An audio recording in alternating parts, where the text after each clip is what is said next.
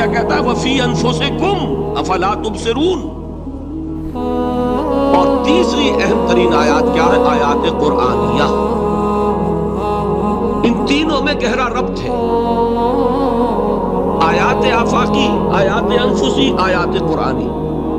ان میں تدبر کے ذریعے، غور و فکر کے ذریعے انسان ایمان حاصل کرے. یہ ٹاپ کا ایمان ہے، یہ انٹلیکچوئلز کا ایمان ہے، یہ صدیقین کا ایمان ہے.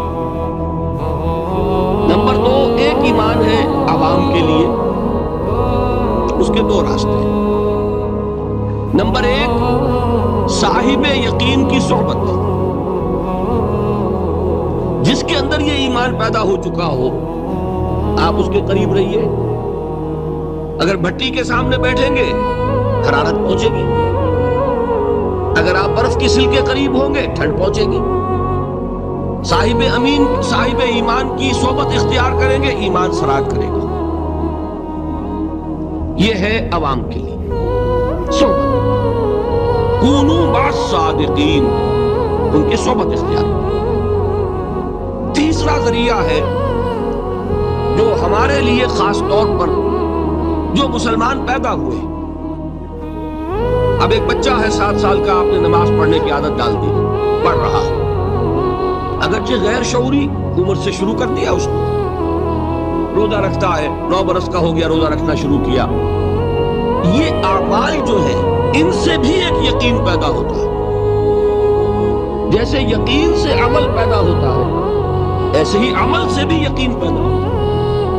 جب مداومت کرتے رہیں گے اس پر تو اس سے بھی ایک یقین کی کیفیت انسان میں پیدا ہو جاتی ہے. سورہ حجرات میں جو بحث آئی ہے اس کے آخر میں یہی ہے کہ اے نبی، یہ بدو جو دعوے دار ہیں ایمان کے، یہ آپ پر احسان دھر رہے ہیں. یمنون علیک ان اسلموا قل لا تمنوا علی اسلامکم بل اللہ یمن علیکم ان ہداکم للایمان ان کنتم صادقین.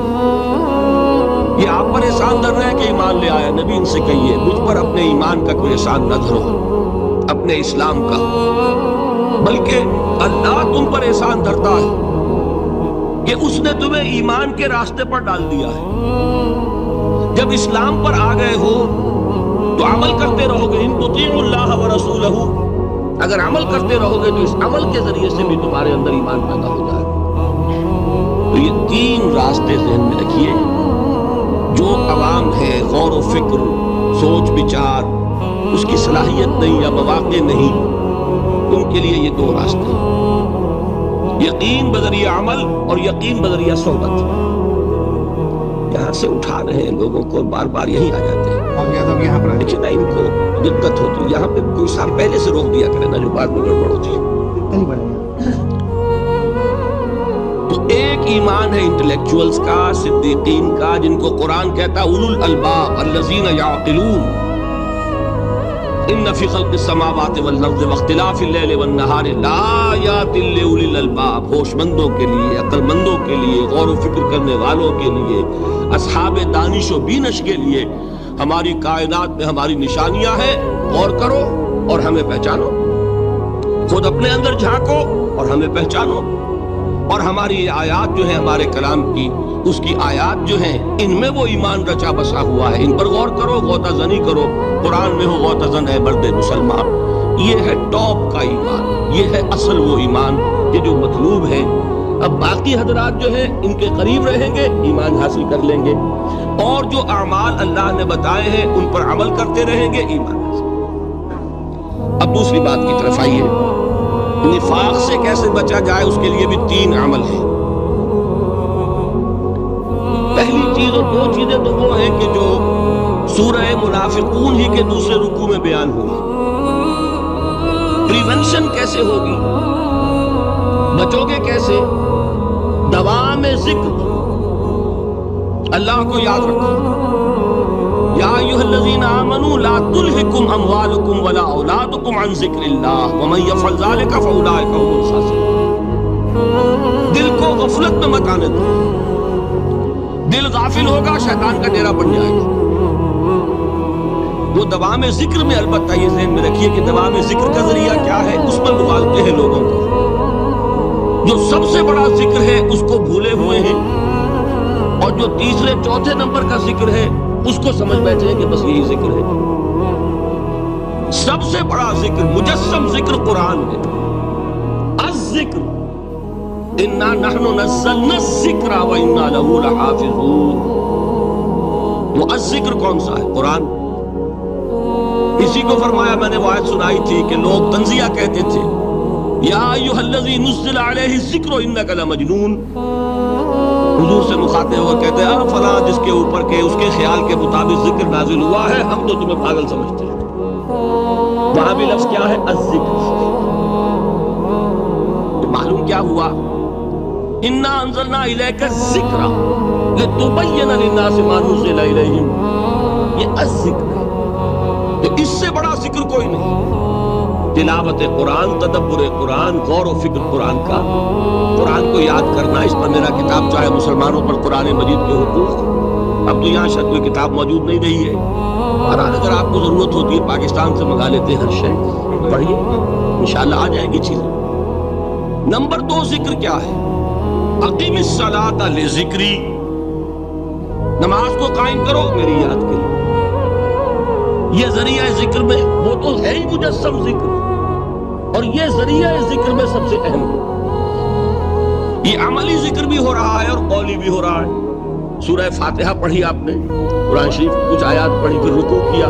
یہ رکوع جو ہے یہ آپ کا عملی ذکر ہے کہ آپ نے اپنے وجود سے اللہ کی عظمت کو تسلیم کیا. پھر آپ سجدے میں گرے، یہ آپ کا عملی ذکر ہے کہ اپنے وجود سے آپ نے اللہ کی عظمت کو اور تسلیم کیا. تیسری چیز ہے مسنون دعائیں اور مسنون اذکار جو حضور سے ثابت ہے. ہمارے ہاں کیا ہو گیا؟ مجھے فلاں بزرگ نے یہ چیز بتائی ہے، وہ تو پڑھتے چلے جا رہے ہیں. نہ قرآن سے دلچسپی، نہ اذکار مسنونہ سے دلچسپی. ادعیہ معصورہ. آپ غور کریں گے کہ زندگی کے ہر عمل کے لیے حضور کی دعا موجود ہے. صبح اٹھے دعا ہے، آنکھ کھلتے بیت الخلاء میں داخل ہونے لگے دعا ہے، نکلے دعا ہے، وضو کرنے بیٹھے دعا ہے، فارغ ہوئے دعا ہے، مسجد کے لیے گھر سے نکلے دعا ہے، مسجد میں داخل ہوئے دعا ہے. مسجد میں تو ہے ہی ذکر، نماز ہے، تلاوت ہے. باہر نکلے دعا ہے، گھر میں داخل ہونے لگے پھر دعا ہے. سواری پر سوار ہو رہے ہیں دعا ہے، اتر رہے ہیں دعا ہے، شیشہ دیکھ رہے ہیں دعا ہے، کپڑے پہن رہے ہیں دعا. زندگی کا کوئی عمل نہیں یہاں تک کہ جو تعلق زن و شو ہے، جس کو کہ خالص حیوانی بات سمجھا جائے گا، اس کے لیے بھی دعا ہے. غفلت میں وہ کام بھی نہیں کرتے. سمجھ رہے ہیں آپ؟ اب آپ غور کیجئے، اس میں کوئی اضافی وقت نہیں لگا، کوئی اضافی پوسچر اختیار نہیں کیا آپ نے، یوں بیٹھو، اس طرح بیٹھو، یوں کرو. کوئی آپ کا وقت اضافی نہیں لگا. جو کام کر رہے ہیں اور آپ اللہ کو یاد کر رہے ہیں، اور وہ اللہ کی یاد اس کام کی مناسبت سے ہے. ان ادعیہ معصورہ سے 2 تعلق جڑ گئے انسان کے. دعا کس سے کر رہے ہیں؟ اللہ سے. جڑا کہ نہیں؟ اور یہ الفاظ کس کے ہیں؟ محمد رسول اللہ کے. تو آپ کے 2 تعلق جڑ گئے. آپ اپنی جی سے گھڑ کر دعا مانگیں گے تو پہلا تعلق ہو جائے گا، دوسرا نہیں ہوگا. بہتر سے بہتر دعا مانگ لیں آپ. لیکن حضور سے جو معصور اور مسنون الفاظ جب آپ زبان سے نکالتے ہیں تو آپ کا تعلق اللہ سے بھی ہوا بذریعہ دعا، اور وہ الفاظ جو کہ حضور کے ہیں صلی اللہ علیہ وسلم تو حضور کے ساتھ ہوا.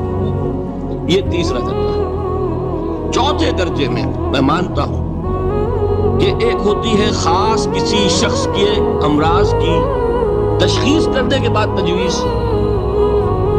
کوئی اگر طبیب ہے، ماہر طبیب روحانی، وہ آپ کو دیکھے گا تو اندازہ لگائے گا کہ آپ میں کیا کمی ہے، اس کے مطابق آپ کو ذکر بتائے گا. میں فلاں آیت کا مراقبہ کیا کرو. کسی میں بزدلی ہوتی ہے، کسی میں مال کی محبت زیادہ ہوتی ہے، کسی میں توکل کی کمی ہے، کسی میں شہرت کی خواہش ہے، نمایاں ہونے کا جذبہ ہے، کسی میں تکبر ہے. سب کا ایک سا برس تو نہیں ہوتا نا. تو یہ در حقیقت اندھے کی لاٹھی سے نہیں چلنے والی بات.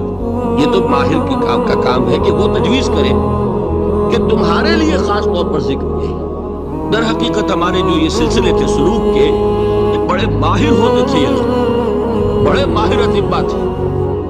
یہ نفسات جو علم نفسیات ہے اس کے ہمارے صوفیاء سے بڑھ کر کبھی کوئی عالم گزرا ہی نہیں دنیا میں. فرائڈ کیا ہے اور ایڈلر کیا ہے اور یونگ کیا ہے، بچے ہیں. ہمارے صوفیاء کرام نے جس طرح انسان کی نفسیات گزری اور وہ ان کی مناسبت سے تجویز کرتے تھے، لیکن اس کو رکھا جائے گا چوتھے نمبر پر. جیسے مولانا احمد علی صاحب فرمایا کرتے تھے، بھائی اس آیت کا مراقبہ کیا کرو. مراقبہ کیا مانی؟ اب ان الفاظ کو بھی ہم نے خام خواہ کچھ خاص ایک شکل دے دی. مراقبہ کیا؟ توجہ کرنا، دھیان کرنا، خاص اس آیت کے اوپر، اس کے معانی پر اپنے ذہن کو جمانا. وہ کیوں ہے؟ تاکہ آپ کے اندر جو کمی ہے اس کی تلافی اس سے ہو. لیکن یہ کہاں آئے گا؟ چوتھے نمبر. سمجھ گئے؟ تو نفاق سے بچنے کا ذریعہ، پریونشن کیا ہے نفاق سے؟ دوام ذکر. نہ تمہیں تمہاری اولاد، نہ تمہارے اموال، نہ تمہاری تجارت، نہ کاروبار اللہ کے ذکر سے غافل نہ کر سکے. پنجابی میں کہتے ہیں کہ ہتھ کارول اور دل یارول. کام کر رہے ہیں آپ، لیکن یہ کہ دل اللہ کے ساتھ لگا ہوا، زبان تر ہے اللہ کی یاد سے.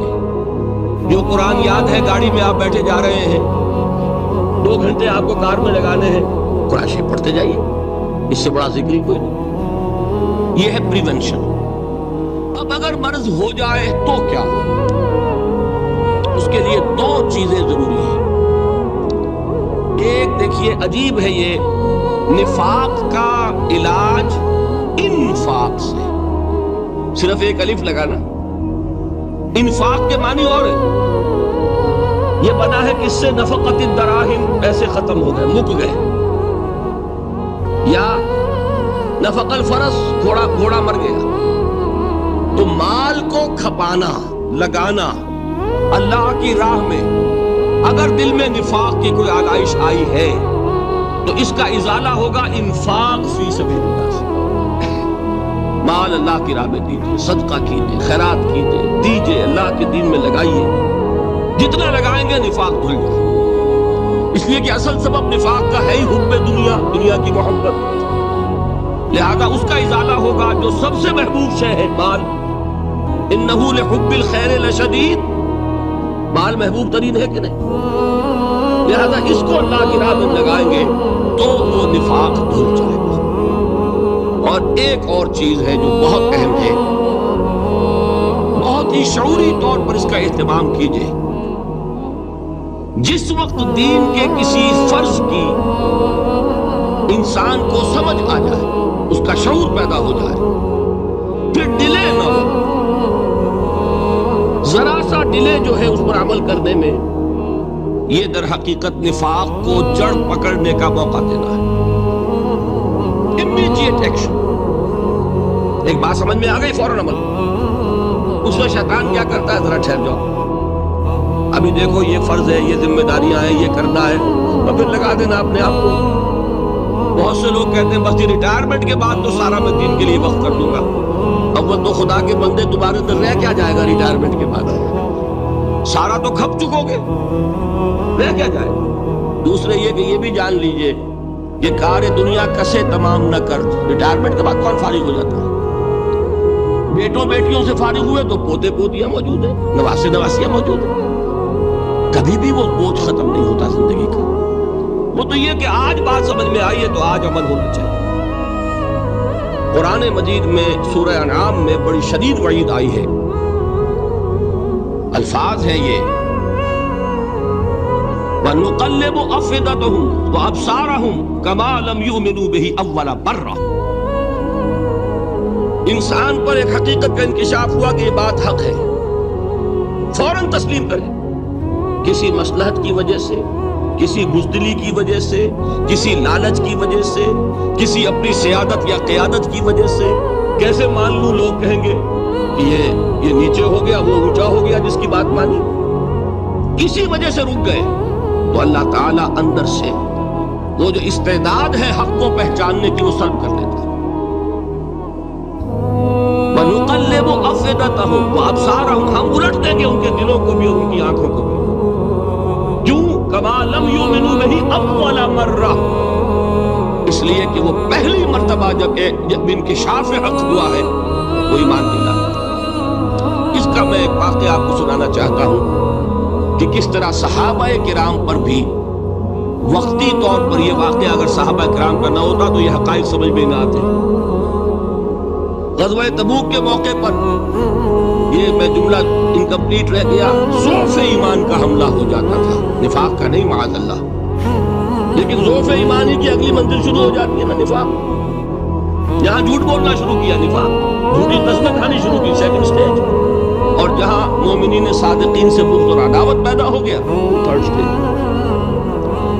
تو وہ ضعف ایمان کا کیسے ہوتا ہے یہ حضرت کعب ابن مالک نے بڑی تفصیل سے بیان کیا ہے۔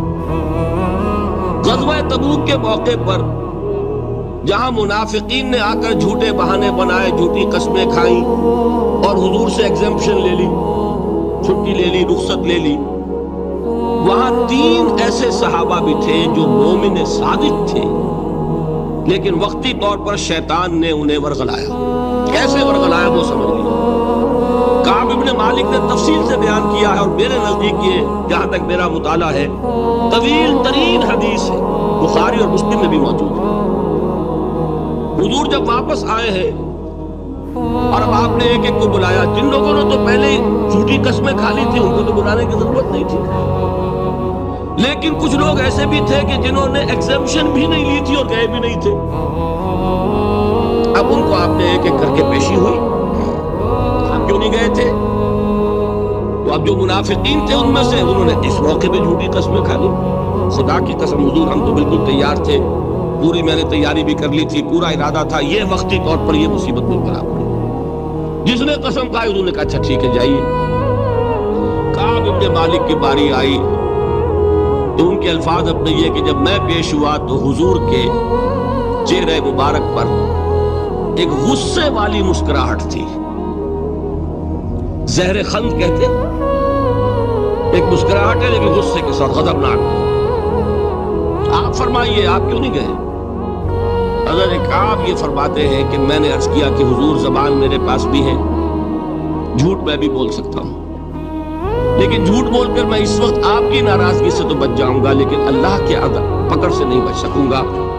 میں اعتراف کرتا ہوں کہ جتنا صحت مند میں اس زمانے میں تھا کبھی نہیں تھا، جتنا فارغ البال اس وقت تھا کہ میرے پاس ساز و سامان موجود تھا راستے کے لیے، اتنا میں کبھی نہیں تھا۔ لیکن ہوا کیا؟ ہوا یہ کہ مجھے میرے نفس نے، شیطان نے پٹی پڑھائی۔ وہ پٹی کیا پڑھائی کہ حضور تو 30,000 کے لشکر کے ساتھ چلیں گے تو لشکر تو سلولی موو کرے گا نا، تمہارے پاس بڑی تگڑی، بڑی توانا صحت مند اونٹنی ہے، تم ذرا 2 دن بعد چلنا تیزی کے ساتھ اور حضور سے مل جانا، بس یہ تاخیر کارواں۔ تو انہیں خیال آیا کہ ابھی 2 دن گھر کی ٹھنڈی چھاؤں ہے، میں یہاں پہ جو آرام ہے وہ کر لوں۔ مجھے جگر کا شعر یاد آیا ہے کہ تپتی راہیں مجھ کو پکارے، دامن پکڑے چھاؤں گھنیری۔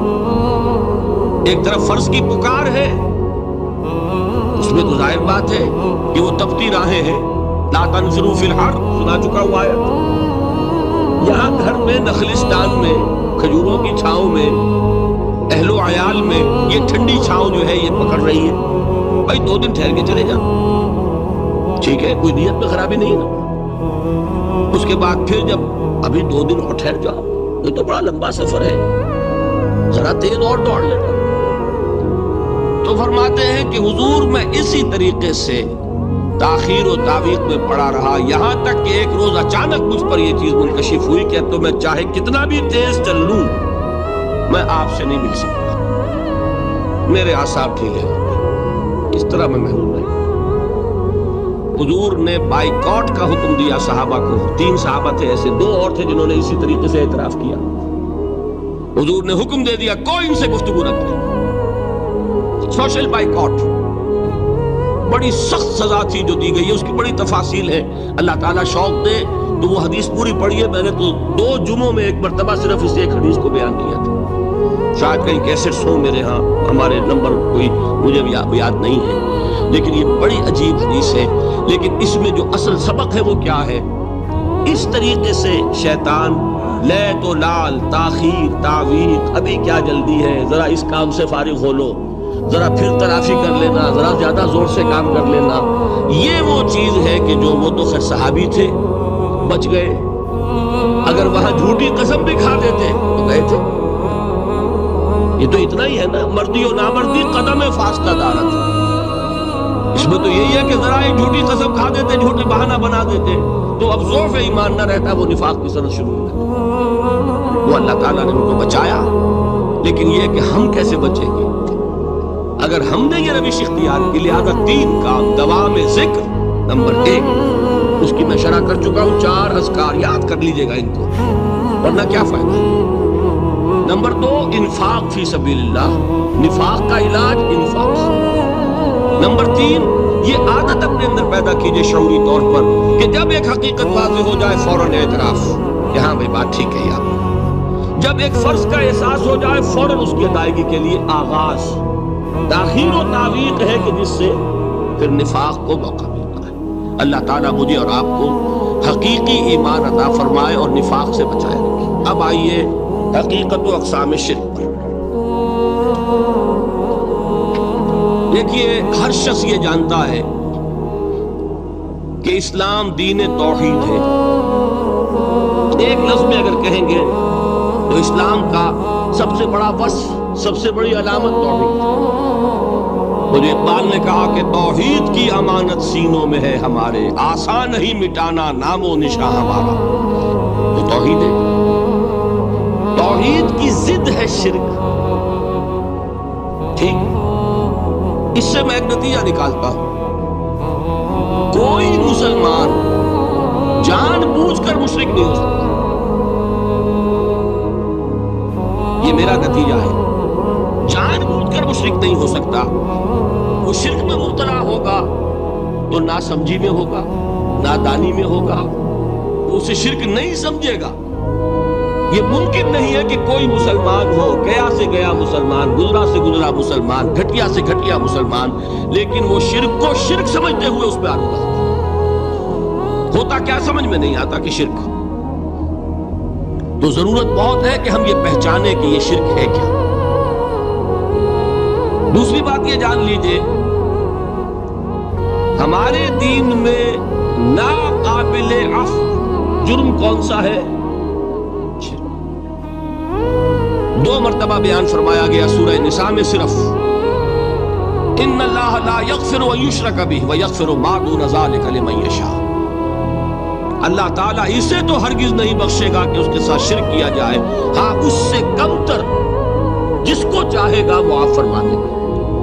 نوٹ کر لیجئے، اس کی بھی اندر بھی اوپن لائسنس نہیں ہے کہ بقیہ سارے گناہ لازماً معاف کر دے گا، یہ نہیں ہے، اس سے تو آپ میں جرت پیدا ہو جائے گی، باقی سب کیے جاؤ، یہ نہیں، جس کو چاہے گا بخش دے گا، لیکن امید ضرور دلا دی کہ شرک سے کم تر کوئی گناہ ہو تو اس کی بخشش کی بغیر توبہ کے اللہ تعالیٰ نے امید دلائی۔ توبہ سے تو شرک بھی معاف ہو جائے گا، اس سے مراد کیا ہے؟ بغیر توبہ کے۔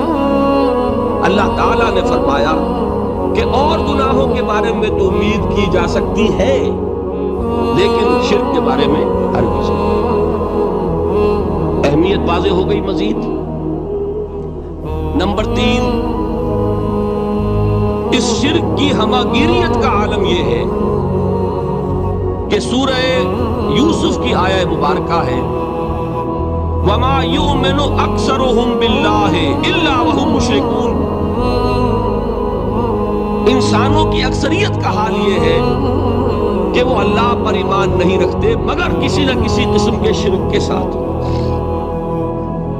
یہ یونیورسلٹی ہے اس کی کہ اللہ کو بھی مان رہے ہیں لیکن کسی نوع کا شرک جو ہے وہ بھی لگا رکھا۔ وَمَا يُؤْمِنُ أَكْثَرُهُمْ بِاللَّهِ، انسانوں کی اکثریت کا حال یہ ہے کہ وہ ایمان نہیں رکھتے اللہ پر، الا وہم مشرکون، مگر یہ کہ کوئی نہ کوئی شرک بھی کرتے ہیں۔ چوتھی بات یہ سمجھیے کہ شرک ہر دور میں بھیس بدل کر آتا ہے۔ یہ ضروری نہیں ہے کہ شرک کی جو قسمیں آج سے 200 برس پہلے تھی صرف وہی آج بھی رہے. ہو سکتا ہے کہ بالکل نئی شکلیں اس شرک نے اختیار کری. اس سے کیا نتیجہ نکلا کہ اگر اجتہادی بصیرت نہیں ہوگی تو ہو سکتا ہے کہ ایک شخص جو ہمارے سابق علماء نے لکھ دیا کہ یہ چیز شرک، یہ چیز شرک، یہ چیز شرک، یہ چیز شرک، آج سے 500 برس پہلے کا انسان بڑے سے بڑا عالم دین اپنے زمانے کے شرک کو پہچان کر تو لکھ سکتا ہے. اس سے تو آپ بچ رہے ہیں. امام ابن تیمیہ نے اس کو شرک قرار دیا، اس کو شرک قرار دیا، اس کو شرک قرار دیا. کوئی شخص ہے جو اس سے تو بچ گیا. امام صاحب کی دی ہوئی بصیرت سے اس نے ان جو اقسام ہے شرک کی ان کو پہچان لیا. لیکن یہ عین ممکن ہے کہ آج کے شرک کو وہ نہ پہچان رہا ہو. اپنی جگہ وہ سمجھ رہا ہو اپنے آپ کو بہت بڑا موحد، جبکہ اس دور کا جو شرک ہے اس میں ملوث ہو. اس کو میں نے کہا ہے کہ اس شرک کے بارے میں بڑی اجتہادی بصیرت کی ضرورت ہے. فارسی کا ایک شعر ہے، بڑا پیارا شعر ہے، بہر رنگے کے خواہی جام می پوش، من انداز قدت رامی شناس. اپنے محبوب سے کہہ رہا ہے شاعر کہ تم جس طرح کا چاہو لبادہ اوڑھ لو، میں تمہیں تمہارے قد سے پہچان لوں گا. کتنا ہی چھپا لو اپنے آپ کو، کیسے ہی لباس بدل لو، بہر رنگے کے خواہی جامہ می پوش، من انداز قدت رامی شناس، میں تمہارے قد سے تمہیں پہچانوں. یہ اگر بصیرت نہ ہو کہ شرک کو اس کے قد سے پہچان سکیں آپ، اس کے لیے ضرورت ہے اصولوں کی. دیکھیے جس طرح الجبرا کے اصول ہوتے ہیں، فارمولا ہے، فارمولا ہاتھ میں آ گیا، مسئلے حل کرتے چلے جا رہے ہیں، آپ اپلائی کرنے کی دیر ہے فارمولے کی. اگر آپ نے صرف گنتی کر کے کسی زمانے کے شرک وہ تو سمجھ لیے، لیکن وہ بصیرت باطنی حاصل نہیں ہوئی، اجتہادی بصیرت، وہ اصول ہاتھ میں نہیں آئے کہ جس سے آپ پہچان سکیں، تو ہو سکتا ہے کہ اس دور کے شرک کو آپ نہ پہچان سکیں. اس کے لیے ضرورت ہے کہ اصل اصول ہاتھ میں آ جائیں تاکہ اصولوں پہ اپلائی کریں. ایک بات مجھ سے اور سن لیجئے، میرا اپنا یہ تاثر ہے، ہمارے دین میں خیر، بھلائی، نیکی، چاہے وہ نظریے کی ہو، علم کی ہو، عقیدے کی ہو، عمل کی ہو، اخلاق کی ہو، وہ سب کیا ہے؟ وہ توحید ہی کے شجرہ طیبہ کی شاخیں. اور شر، برائی، گمراہی، خیالات کی ہو، نظریات کی ہو، علم کی ہو، عقیدے کی ہو، عمل کی ہو، اخلاق کی ہو، سب کے ڈانڈے شرک کے شجرہ خبیثہ سے ملتے ہیں. اس شجرہ خبیثہ کے برگوبار ہے جو بھی برائی ہے، عمل کی یا علم کی، اور اس شجرہ طیبہ کے برگوبار ہے جو بھی خوبی ہے، عمل کی یا عقیدہ. یہ میرا تاثر ہے. اور جب تک اس انداز میں وہ آپ کو اندرونی رشتے ظاہر نہیں ہوں گے، آپ پر منکشف نہیں ہوں گے، وہ اجتہادی بصیرت جو ہے پیدا نہیں ہو سکے گی. اب آئیے ایک اور بات دیکھیے، شرک میں اور الحاد میں کیا فرق ہے یہ بھی ہم نہیں سمجھتے. الحاد، مادہ پرستی، وہ کیا ہے؟ ایتھیزم، کسی بھی خدا کا انکار. ہمارے آج کے دور کی سب سے بڑی گمراہی یہ ہے.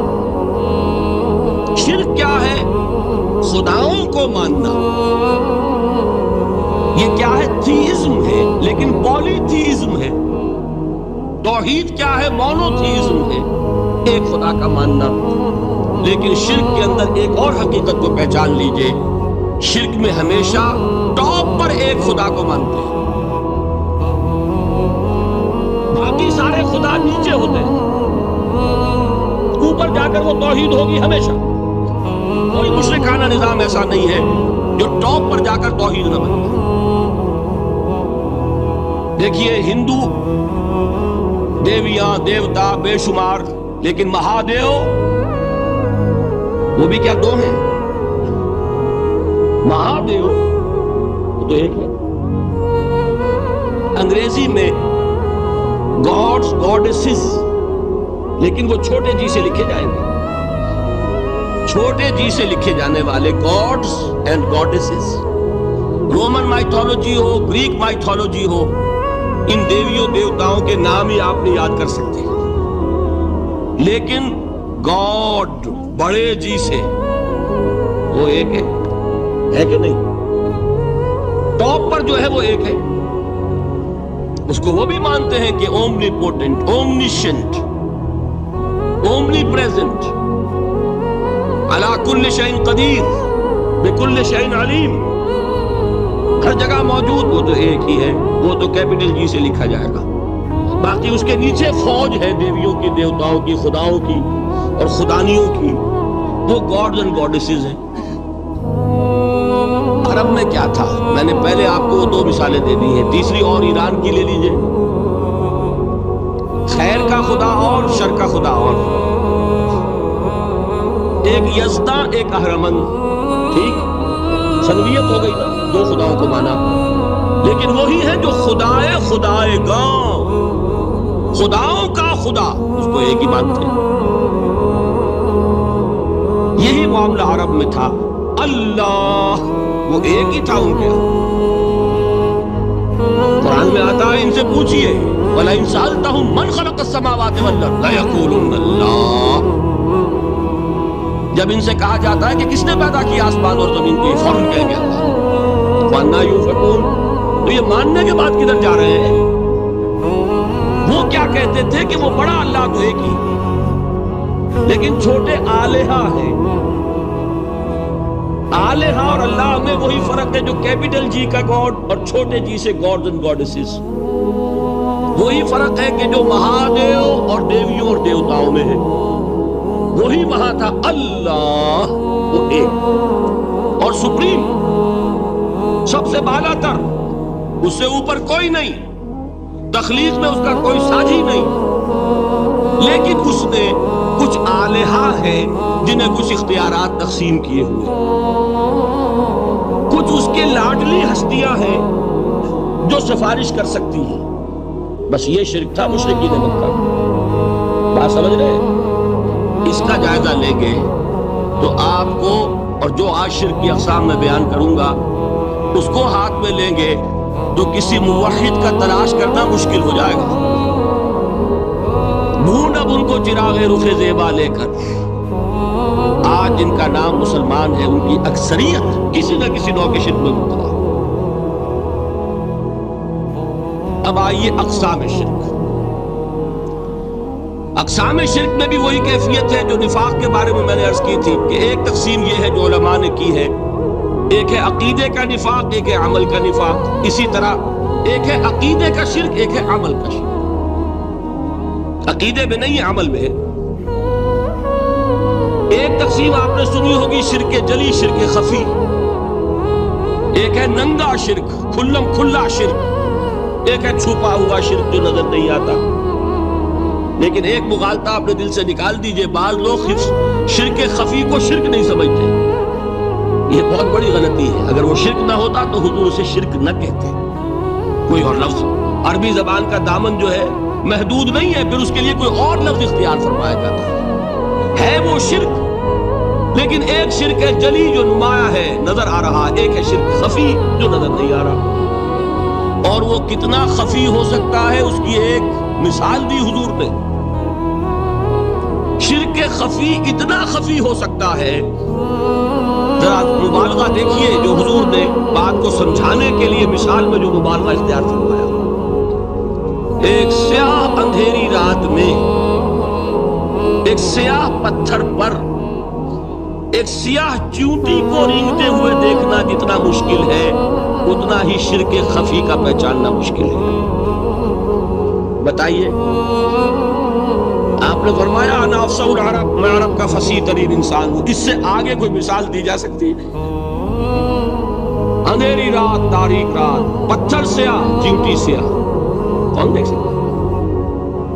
جتنا اس کو دیکھنا ناممکن ہے اتنا ہی شرک خفی کا پہچاننا مشکل ہے۔ گویا کہ اس سے تو اللہ ہی بچائے گا تو انسان بچے گا۔ ایک آخری بات تمہیداً اور عرض کر دوں، پھر میں چلوں گا اقسام پر۔ میری جو باتیں آپ کے سامنے آئی اس سے ایک منطقی نتیجہ نکلتا ہے، کوئی شخص اگر حقیقتاً شرک سے بچ جائے، واقعتاً شرک سے بچ جائے، ہر قسم سے بچ جائے، اس سے بھی اوپر کوئی انسان ہوگا؟ گویا کہ یہ آخری منزل ہے، یا یوں کہیے کہ جس شخص کے بارے میں اللہ تعالیٰ یہ مان لے کہ میرا یہ بندہ شرک سے بری ہے، اس سے بڑی سند کوئی ہے؟ دی ہائیسٹ ٹیسٹیمونیل، سب سے بڑی سند، سب سے بڑی تعریف جو بندے کی ہو سکتی ہے وہ کیا ہے؟ یہ مشرک نہیں۔ یہی وجہ ہے، دیکھیے آپ قرآن مجید میں حضرت ابراہیم کے ذکر میں دیکھیں گے، ابراہیم کا مقام کیا ہے؟ خلیل اللہ، ابو الانبیاء، امام الناس، تین نسبتیں ہیں، تینوں بڑی عظیم۔ اللہ کے ساتھ نسبت کیا ہے؟ خلیل، واتخذ اللہ ابراہیم خلیلا۔ ابو الانبیاء، کتنے نبی ہیں ان کی نسل میں؟